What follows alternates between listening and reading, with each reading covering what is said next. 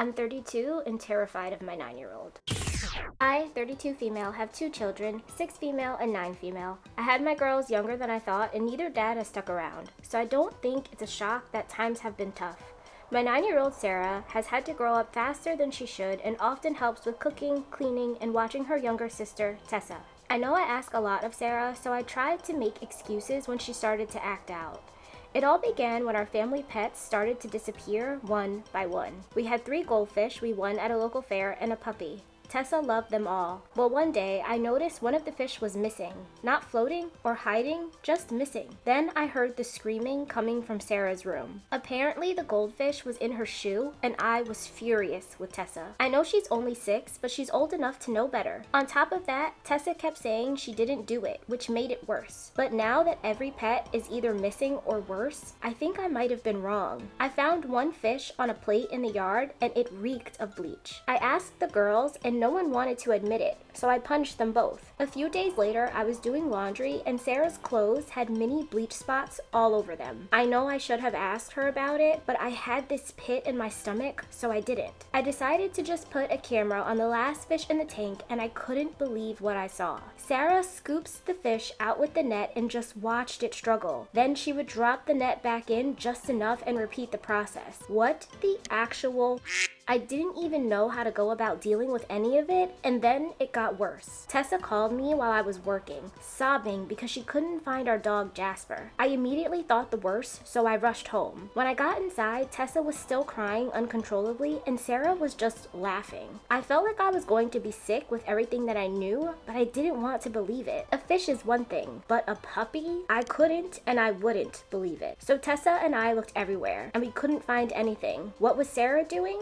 She was sleeping, peacefully and soundly. I just stared at her in disbelief, and then it was there. A knot in my throat the size of Texas, and I couldn't deny what I was seeing. Something red and dried on the side of Sarah's mouth. I didn't think I was going to be sick. I was sick, but I still can't believe it. She's 9. I have no idea what to do now. I have to work, but I can't leave Tessa alone with Sarah. I don't want to tell anyone about Sarah because she's still my daughter, and part of me thinks I might be wrong. Or maybe I'm just hoping I'm wrong. Please tell me what I should do. This has been living rent-free in my head for the last 2 years, so I need to know, am I overreacting or is this weird? I, 17 female, have had a rough life. 2 years ago, my life was out of control because I was just in a really bad place. I wasn't making the best choices, and my adoptive parents just had no idea what to do with me anymore. So I ended up on a behavioral health unit. If you don't know what that is, it's basically part of a psychiatric hospital that focuses on mental illness and, in my case, extreme,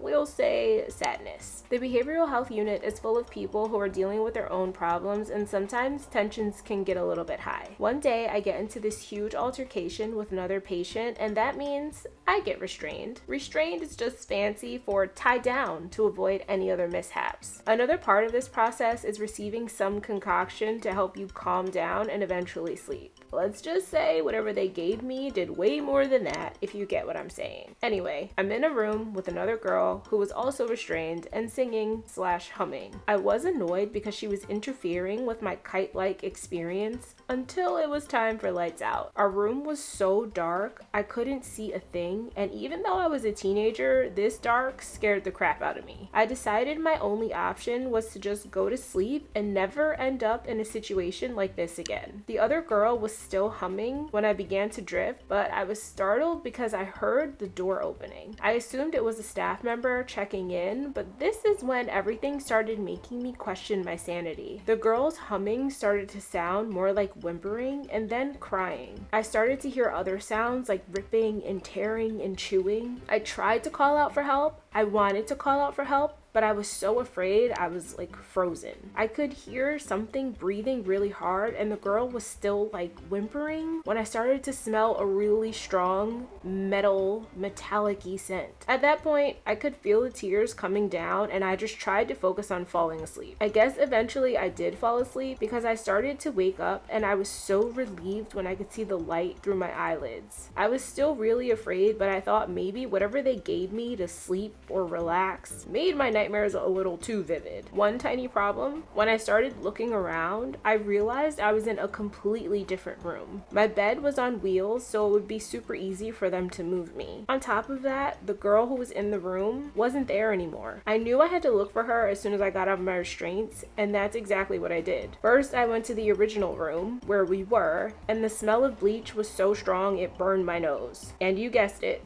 no girl. Then I went to the day room and nothing. I checked the cafeteria, therapy center, phone area, exercise center, everything I could think of, but she wasn't anywhere. I started to panic, so I did my best to ask a staff member where she was, and according to them, she had an episode and was transferred to another unit that could assist her better. But guys, between the bleach smell and the fact that I've never seen this girl again, I mean, I even searched for her on social media when I got better. I'm still afraid that whatever was in this room is going to find me one day. Or was it just a nightmare, followed by major coincidences? I have no idea what to think, but what do you think?